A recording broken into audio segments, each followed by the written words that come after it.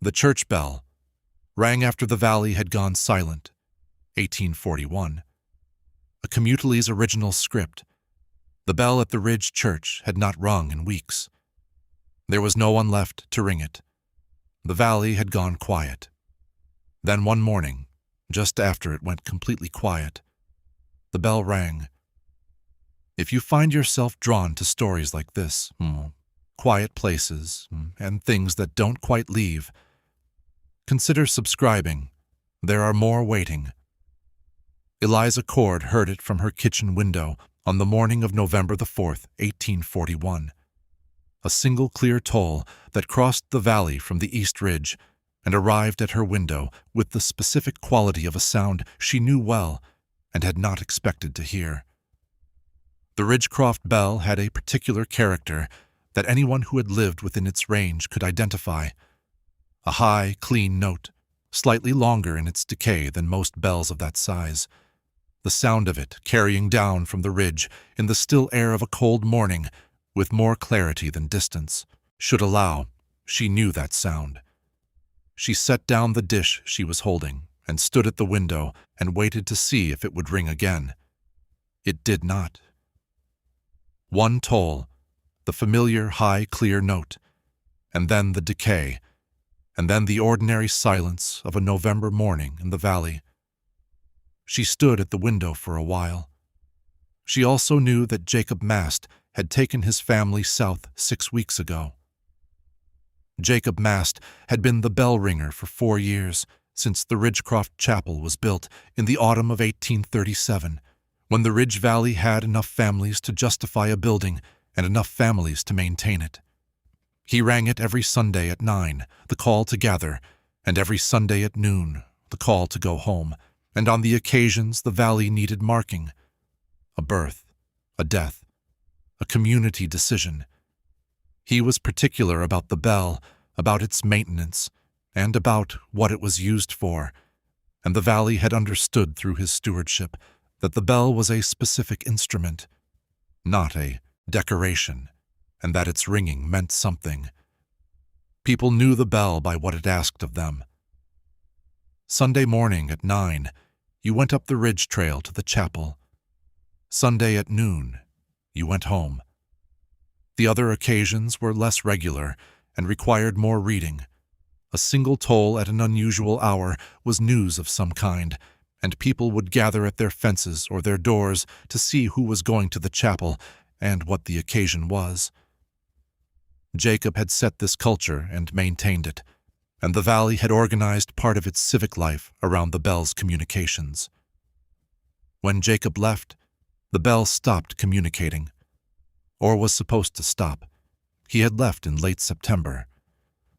The valley had been shrinking since spring, a gradual departure of families, 1 or 2 at a time, the various reasons accumulating into the specific pattern of a community that had decided collectively and without formal discussion that this valley was not where it was going to stay. The soil was poorer than anticipated. The winters were harder. The route to the trading centers was longer than the original assessment had suggested. People left, and the leaving accelerated in the way that departures accelerated when enough people had already gone, that the ones remaining began to recalculate what remaining meant. Jacob Mast and his family were among the later departures. He left the church as it was, the door latched, the bell rope hanging in the tower, the interior swept and the pews in their positions, because he expected someone might use it, and because leaving a building in order was the kind of thing Jacob did. He took nothing from the church. The bell rope was where he had always left it. The bell rang on the morning of November 4th. Eliza Cord was one of perhaps 12 people still in the valley at that point, the remnant of what had been a community of 40-odd families 3 years before. She was not among those who would have rung the bell. She had never rung it, had left that to Jacob, and to the understanding that the bell was Jacob's responsibility. When she heard it, she thought for a moment that Jacob had come back. Then she thought, it doesn't sound like a Sunday. Then she looked at the light outside and knew it was a Tuesday, and stood at her kitchen window and listened to the bell's decay across the valley, and could not account for what she was hearing. The valley's silence had come on gradually, which was how silences came when they were the result of departure rather than disaster. The first thing Eliza had noticed, months before the bell, was the absence of the hammer sounds from the north end. The Birch family had been building an addition to their barn through the summer, the regular percussion of construction that you heard from a farm that was investing in itself, the sound of people who intended to stay. The hammer sounds had stopped in August, and the birches had gone in September, and the north end of the valley had the specific quality of a place that had recently held activity and had stopped. She noticed the absence of the mill sound next. The Ridge Valley had a small mill at the creek's upper end, operated by the Webb family, and the mill wheel had been audible on still mornings from most of the valley's farms. Not loud, just present, the low, continuous sound of water-driven machinery doing its work. The Webbs had stopped milling in late summer, when their grain supply ran low, and there wasn't enough custom to justify running the wheel. The silence where the mill had been was a different kind of silence from the birch hammer silence, not the silence of work that had stopped, but the silence of work that had been decided against. The Webbs left in October. Then the Perry cow had stopped lowing in the mornings. Not because the Perrys had gone, they were still there, present at the valley's diminishing social occasions, but because the cow had stopped. Eliza noticed this because she had been hearing that particular cow in that particular register every morning for 3 years, and then, one morning, the register was absent, and she had gone to the window and looked at the Perry farm across the field, and the farm had been there, the building intact, the smoke from the chimney, and no cow sound. A few days later, she saw the Perrys loading a wagon. The cow had known something the humans were still organizing. The children's sounds had gone earlier than all of it. This was the one she had most resisted naming, because naming it felt like naming a grief she hadn't been ready to hold. The valley had had children in it, the specific sounds of children at play and at work, and at the ordinary noise that children made in the course of being children in a valley, where they had space and freedom to make noise in. Those sounds had been present since Eliza arrived, and they had been present so continuously that they had been part of her understanding of what the valley was, and then they had stopped being present, not all at once, but family by family as each family went, and by October, the valley was a valley with no children's voices in it. She had not been prepared for how complete that silence was. The wind had changed, too. She could not account for this precisely, but she felt it. The valley had a specific wind behavior based on the gap in the ridge that funneled air through it, and the wind had always moved through the valley with a certain quality of sound, the specific interaction of moving air with the structures and the vegetation and the landscape of a living place. The wind in a living valley and the wind in an emptying one were different. She would not have been able to describe the difference before that autumn, but by November, she could feel it. The wind was quieter, not less present, quieter, moving through a space that had fewer things in it to make sound against. The church had been unrung for 6 weeks when the bell rang on November 4th. Eliza stood at her window for the duration of the bell's decay, perhaps 3 seconds, the clean high note of the Ridgecroft bell tapering off into the November morning, and then she put on her coat and went to the church to look. The Ridgecroft chapel sat on the eastern ridge above the valley floor, a 15-minute walk up the ridge trail in good conditions and a longer one in the mud of a November morning. It was a small building, room for perhaps 40 people in the pews, which was the valley's full community on a good Sunday, when it had been a full community. Stone foundation, Timber walls, a small timber bell tower at the west end, the tower open on two sides to allow the sound to carry. The bell itself was cast iron, 20 years old, hung on a timber yoke. A modest bell, not the kind of thing anyone would comment on in a larger community, but the only bell in the valley, and therefore the bell. The one that defined what a bell sounded like to everyone who had grown up within its range. Eliza came up the ridge trail and came to the churchyard and stood at the gate. The church looked as it always looked. The building solid, the yard clear of debris, the trail to the door showing no recent footprints in the mud. She looked at the trail carefully. The mud was the specific mud of a November that had been wet and cold alternately, and it held impressions well, and the trail from the gate to the church door showed only the weathered ghost of old footprints. The last time anyone had been up this trail had been before the recent rains. She went to the door, latched from inside, the same way Jacob had left it. The interior latch that required the gap trick to open from outside, which she performed with the stick she carried for that purpose. She went inside. The interior was as Jacob had left it.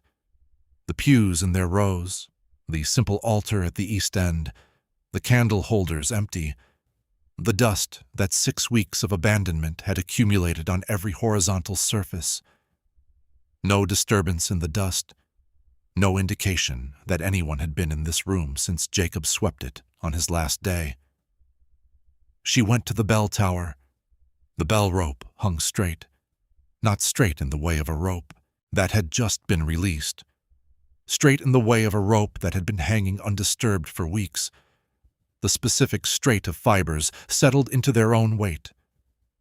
She reached out and touched the rope and felt its stillness, the specific lack of motion in something that had been resting undisturbed.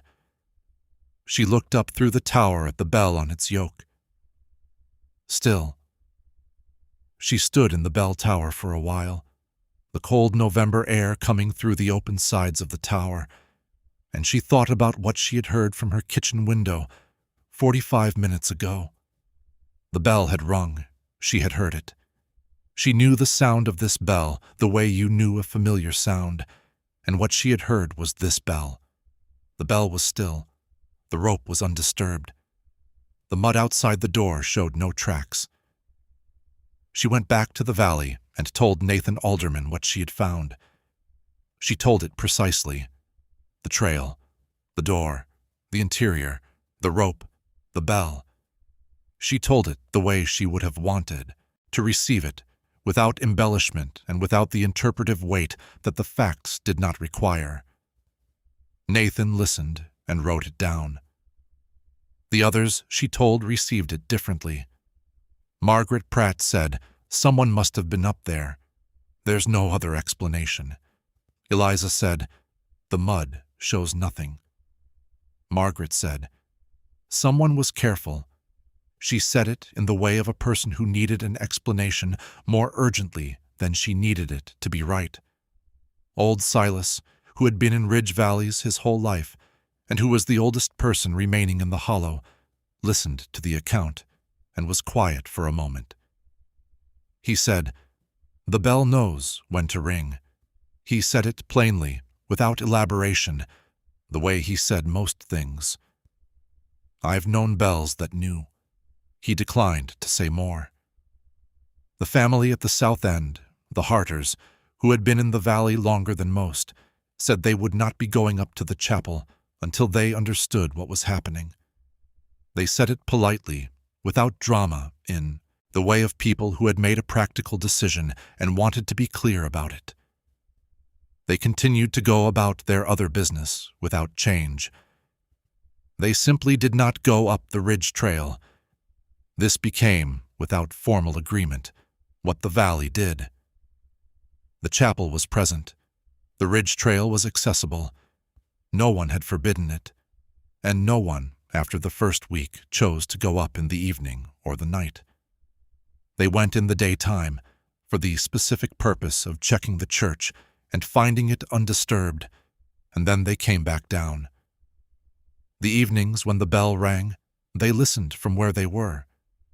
The listening had a quality Nathan noticed when he talked to the others about it. People did not come to their doors and stand in the cold to hear the bell. They stayed where they were, at the table, at the fire, in bed if they had already retired, and they heard the bell from there, and they did not say much about what they heard, and they did not go to the window to look at the ridge. They simply went on with what they were doing. It was, Nathan thought, the behavior of people who had accepted something they did not understand. Not accepted it as right or good, but accepted it as real, as a thing that was happening in their valley and that they were going to live with because they had no alternative to living with it. The bell rang in the silence. That was what the bell did now. They lived alongside it the way you lived alongside anything in your landscape that you had not chosen and could not change. He thought, we have incorporated it. It is now part of what this valley is. He wrote, the bell has become a valley sound, like the creek or the wind in the ridge timber. It is simply there, and it marks things, and we have stopped being surprised by it. Nathan Alderman was the valley's remaining practical intelligence, a man of 43 who had been in the Ridge Valley since 1835 and who had the specific temperament of someone who solved problems by first making sure he understood them precisely. He had been watching the valley's decline with the specific attention of someone who had decided to understand it, rather than simply be carried by it, and he had been keeping notes in a small journal he used for farm observations. The notes had changed character over the summer. In spring, they were farm notes. Soil conditions, planting dates, weather. In summer, they had begun to include the departures, dates, families, conditions. By autumn, the departures were the primary content. He was tracking the valley's dissolution the way he would track a disease in a crop, recording its progress, looking for patterns, trying to understand the mechanism. He came to the church with Eliza the following day and did what she had done: the trail, the door, the interior, the bell rope. He went through each element carefully, not because he doubted her account, but because he needed his own direct observation in his record. He confirmed her findings. He sat in the first pew and looked at the dust on the altar and thought. He asked her specific questions. When exactly? What the light was like, what she had been doing, what the valley had sounded like when she heard it. On the last question, she said, "Quiet. One of the quiet mornings, the kind we've been having more of." He said, "Describe what you mean by quiet." She said, "No wagon sounds, no animals." She paused. "The kind of morning where the valley feels like it's holding its breath." Nathan looked at his notes. He turned back several pages. He said, "The Alderman family, no relation, the Northfield Aldermans, left on the 3rd. I watched them go. The note in my record is that they were the last family at the North End. When they went, the North End went quiet.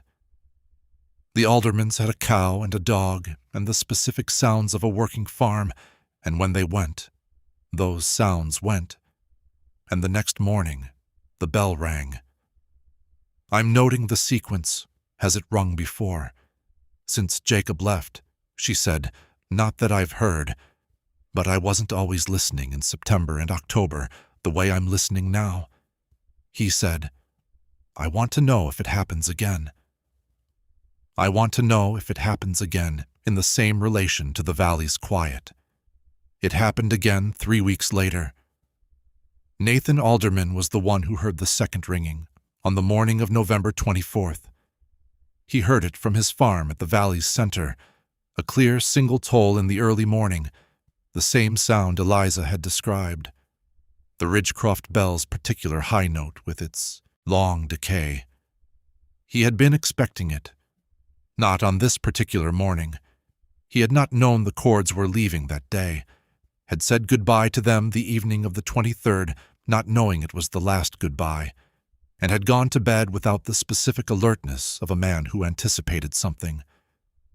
But he had been expecting it in the general sense, the way you expected a pattern to continue after it had been established twice. He was out of bed and at the door before the sound had finished. He stood on his porch in the November morning and looked at the ridge where the church sat and thought about what had happened the previous day. Eliza and her husband had finished loading their wagon. He had watched them from his fence. He had watched the road go empty. He went inside and opened his record and wrote, November 24th. Bell rang at approximately 7 a.m. He wrote, November 23rd. Cord family departed. He looked at the two entries and at the entries above them. The Alderman family. Departure of November 3rd and the bell ringing of November 4th. He thought, the same interval, the same morning after. He walked to the church. He went up the ridge trail in the November cold with the specific quality of attention of a man confirming something he had already half accepted. He was not frightened. He was not unsettled. He was a man who had been keeping a record and who was going to the church to add to it, and the adding required seeing what was there. He found what Eliza had found, the usual undisturbed stillness. He stood in the tower for a long time and looked at the bell on its yoke. He said quietly to the bell, I expected you. He did not know if what he meant by that was that he had expected the ringing, or that he had expected the church to be empty when he arrived, or that he had expected some part of this all along without knowing it. He went back to the valley and wrote in his record, no evidence of mechanism. Bell and rope still. Pattern now, confirmed across two instances. Departure, silence, ringing. He wrote, I will keep watching. The church was as it had been when Eliza had described it. Undisturbed, the rope straight, the bell still, the mud around the door showing nothing but old weathered marks. He stood in the bell tower in the cold and looked at the bell. He said to no one, You rang yesterday. The bell said nothing. He went back to the valley and wrote in his record, no evidence of mechanism for the ringing. No tracks, no disturbed rope, nothing inside to account for it. Bell still and undisturbed. He wrote, The pattern appears to be departure, silence, ringing. Departure creates silence. Silence precedes ringing. He wrote, I do not yet know if this is coincidence or if the ringing responds to the silence. I intend to find out. He found out over the following 2 months through the careful record-keeping of a man who had decided to understand the phenomenon he was living inside. He recorded every departure, every significant increase in the valley's quietness, and every ringing of the bell. He kept a double record. On the left side of the page, the departures and the sound events. On the right side, the bell ringings. He was looking for the relationship. The bell rang after the Miller family left in December. He had seen the Millers go on December 3rd. The wagon, the children in the back. The specific way a family looked when it was leaving a place it had been for several years. The accumulated weight of the things they were carrying and the things they were not carrying. He had noted the departure in his record. On the morning of December 4th, he heard the bell from his kitchen as he was building the fire, and he was at the door before the sound had faded. He walked to the church in the December cold. The usual findings, no tracks, the rope undisturbed, the bell still. He stood in the tower and looked at the bell and thought about the Miller's departure and about the specific quality of the valley's quiet that morning, the way the south field was silent, now that no one was farming it, the absence of the Miller dog that had been a valley sound for years. He wrote, Miller departure, December 3rd. Bell rings December 4th, approximately 7 a.m. Church undisturbed. Bell and rope still. Pattern consistent with previous instance. The bell rang after the Pratt brothers packed their tools and went north in January. The Pratt brothers had been the valley's carpenters, the ones people called when a structure needed building or repairing, the ones whose work sounds had been part of the valley's background for years. When they left, they took the specific sound of purposeful construction with them. The valley after the Pratts left was a valley with no one who could build things in it, and this was felt in a way that went beyond the practical absence of their skills. The bell rang the morning after they went. Nathan was waiting for it by that point, and he was at the door when the sound started. He timed the ringing by counting. 1 toll, the decay lasting approximately 4 seconds, the sound carrying clearly in the January stillness. He went to the church, the usual findings. He wrote, the pattern is confirmed. 7 instances. Departure, silence, ringing. The ringing follows the departure by 1 night. The valley must first absorb the departure, must first register the new degree of quiet before the bell rings. The bell rings in the silence, not the silence of an ordinary quiet morning, the silence of subtraction, the silence after something has been removed from the valley that was present before. The bell responds to that specific quality of silence. He wrote, I have thought about this carefully, and I have not found an explanation for the mechanism. He wrote, what rings the bell is not a person and is not a wind or a vibration I can detect. He wrote, the rope is undisturbed. The bell is still when I arrive. The mud is clean. He wrote, what I believe is happening is that the bell is doing what it was built to do, marking occasions. It was built to mark the valley's occasions, and the dissolution of a community is an occasion, and it is marking each stage of the dissolution, not calling anyone, not asking anyone to come.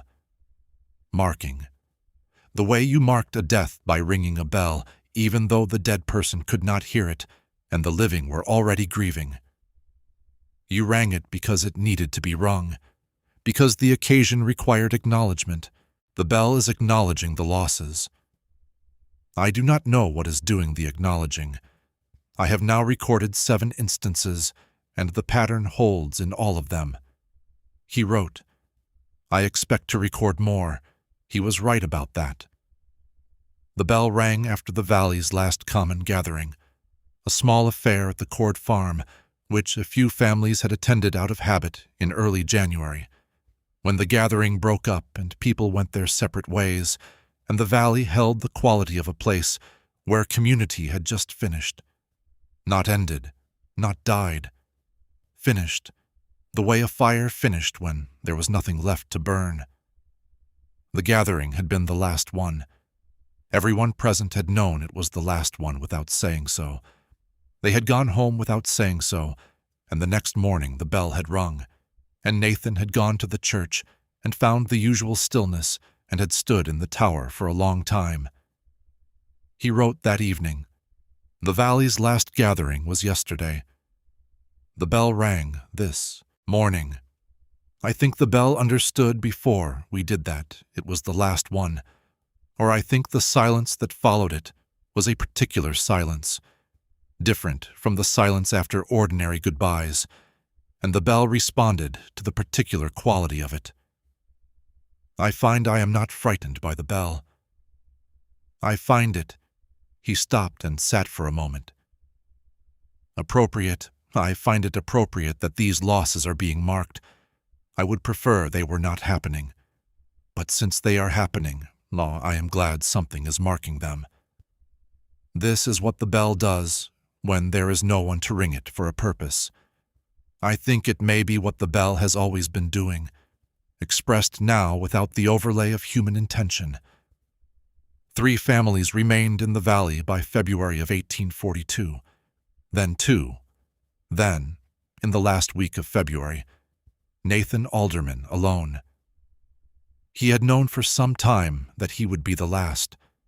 His neighbors had been going in a sequence that left him to the end not by his own particular stubbornness, but by the specific situation of his land, which had a complication in the title that required him to remain until the matter was settled before he could sell and go. The matter was settled on the 26th of February. He began packing on the 27th. The 2 weeks before the settlement had been, he wrote later, the strangest weeks of his life. He had been in the valley alone, or nearly alone, with the Harter family still at the south end, and the single man whose name was Cord at the east. But they were leaving, and the practical solitude of a man whose neighbors are in the process of leaving was close enough to solitude to count. He had been alone with the valley in the specific way you were alone with something when you were the last person it had, and the valley had the quality that places had when they were losing their people. The bell had rung twice during those 2 weeks. The first time was the morning after the Harter family left. The usual pattern, the departure and the silence and the morning toll across the empty valley. He had been awake before dawn by then, in the way of a man who lived alone and found that sleep had its own version of the valley's withdrawal. He had heard the bell and had sat up in bed and had said nothing. The second time was different. It was a morning in the second week of February when he had not left the farm and the Harters had already gone, and there was nothing to mark. No departure he was aware of, nothing that had ended the previous day. The bell rang at 7, and he had sat with it for a moment, and then he had gone to the east window and looked at the Cord farm at the valley's east end. The Cord farm was empty. The chimney was cold. The wagon was gone. He had not known they were leaving that day. He had not said goodbye. He stood at the east window and looked at the empty Cord farm and listened to the bell's decay across the valley and understood that the bell had known before he did, that the silence that the Cord departure had made was the kind of silence the bell responded to, and the bell had responded, and he had been the one to learn from it. He wrote that morning, the last entry he would write from the valley. I did not know the Cords were going. The bell rang at 7. I looked east, and the Cord farm was empty. The bell marked the departure before I knew there was a departure to mark. I do not know what the bell is. I know that it is not ignorant of what happens in this valley. I know it responds to what happens here. I know it has been marking the losses faithfully, everyone, without a failure in the record. Tomorrow or the next day, when my title matter is settled, I will be the last loss. I wonder if it will ring for me. He packed with the methodical attention he brought to everything, and on the morning of the 29th he loaded the last of what he was taking and went back inside to do a final check of the rooms. He had packed the record with his other papers. He could not add to it now without unpacking. He went through the rooms of his empty farmhouse, the bedroom with its stripped platform, the kitchen with its bare hooks, the main room with the marks on the floor where furniture had stood. He went through them the way you went through a place you were leaving for the last time, not checking for things left behind, but saying a kind of farewell that required the presence of the rooms to complete. He came back to the kitchen. The valley was silent around him.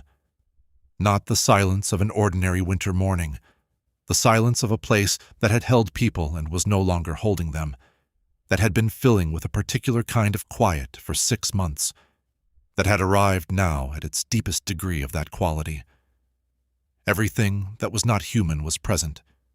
The ridge timber, the creek, the wind in the gap. Everything that was human was going. He stood at the kitchen window and looked out at the empty valley. He thought, when the bell rings today, I will not be here to hear it. I am the last departure. The bell marks the silences. Today will be the deepest silence this valley has had in its entire existence as a place people lived. I wonder if it will ring before I leave or after. He picked up his coat and his hat and went to the door. The bell rang. He stopped. He stood in the doorway of the empty farmhouse with his coat half on and listened to the Ridgecroft bell ring once across the empty valley. The high, clear note of it, the long decay, the specific sound he had been tracking for 4 months and had learned to read the way you learned to read any language, not the content of the word, not what it was calling for, but the occasion of it. The bell was marking his departure. He was still present to hear it marked. He stood there until the sound was done. Then he finished putting on his coat and he went to his wagon, and he drove south on the Ridge Road. He did not look back at the valley. He did not go to the church. He did not need to. He knew what he would find. The bell had once called people together. It had rung at 9 on Sundays to bring the valley to the ridge, and at noon to send them home. And in the years when the community was what it was meant to be, it had done this service faithfully for the 4 years of its existence. The sound of it marking the rhythm of a community that had organized itself around the weekly gathering. Then the community had dissolved, and the bell ringer had gone, and the bell had continued. Not on a schedule, not at the hours it had been rung before, in the silences, in the specific moments when the valley had become less than it was, when a family had gone, and the space they had occupied had become empty, and the valley had absorbed that new emptiness into its character, and had arrived at a new degree of quiet. The bell marked those moments. No one in the valley, in the months it was, marking them could say what was ringing it. Nathan Alderman had gone to the church more times than he could count, and had found nothing each time. No tracks, no disturbed rope, no evidence of presence. The bell still, and the tower empty, and the building undisturbed. He had recorded the pattern, and he had recorded his inability to account for it, and he had left the valley, with both the pattern and the absence of an account, carrying them south in his record. He wrote, in the final entry of that record, from the South Valley where he settled, "I do not know what rang the Ridgecroft bell. I know what it rang for. It rang when the valley grew more silent. It rang when something that had been present was no longer present. It rang, I believe, because the bell had been built to mark the occasions of that community, and the community's dissolution was an occasion worth marking, and there was no one left to mark it. I have thought about the bell a great deal since leaving. I have thought about what it means that a bell built to call people together would continue ringing after there was no one left to call. I have thought about whether the bell understood what it was doing, and I have decided that understanding is probably not the right word. I think the bell was doing what bells do, marking occasions, and the occasions it was marking were the wrong kind of occasions, the kind a bell was never meant for. A bell is meant for the beginning of things, the call to gather, the call to worship, the announcement of a new life.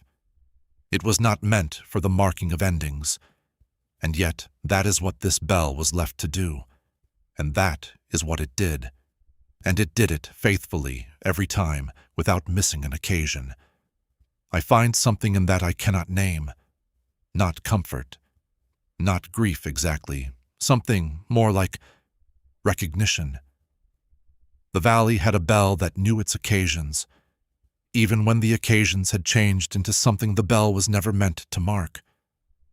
The bell had once called people together. In the end it rang when there was no one left to gather. I do not know what it was still trying to call. I do not think it was calling for anything. I think it had simply not finished. The bell had once called people together.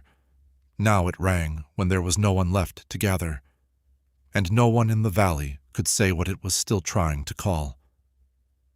The Ridgecroft Chapel stood on the East Ridge for another decade before the roof gave way in a heavy snow year and the timber walls followed in the spring.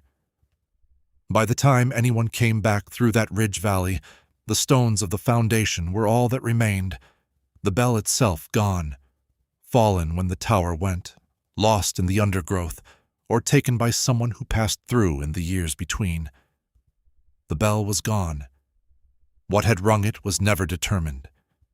Nathan Alderman's record was detailed and precise, and it documented the pattern without explaining the mechanism, which was the honest limit of what a careful observer could do.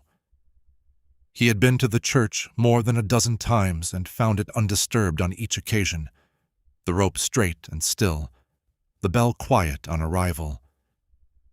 He had no account for what moved the rope, or whether the rope was moved at all, and he had documented this gap in his record with the same care he had documented everything else. The record was what remained. He kept it for the rest of his life, the careful pages of a man who had decided to understand the thing he was living inside and who had understood it as well as it could be understood. The bell rang in the silence. The bell marked the losses. The bell rang until the last person left. Whether it rang after that, with no one to hear it, Nathan Alderman did not know. He had been the last person to hear it, standing in the doorway of his empty farmhouse with his coat half on, and the valley silent around him, and the bell ringing once, just once, the single toll, across the cold February morning. He had listened until it was done. Then he had gone. The valley had gone with him, not physically, not the ridge and the timber and the creek and the wind which remained, but in the sense that a valley was the people in it, the sounds they made and the routines they kept and the occasions they marked. That valley had ended. The bell had marked the ending faithfully, each stage of it, and on the last morning had marked the last stage with Nathan still present to hear it, which was perhaps the closest thing to a ceremony the valley had. A single toll, the long decay, then silence, the way the bell had always ended things, the way it ended this. Commutales, stories from the edges of the recorded world,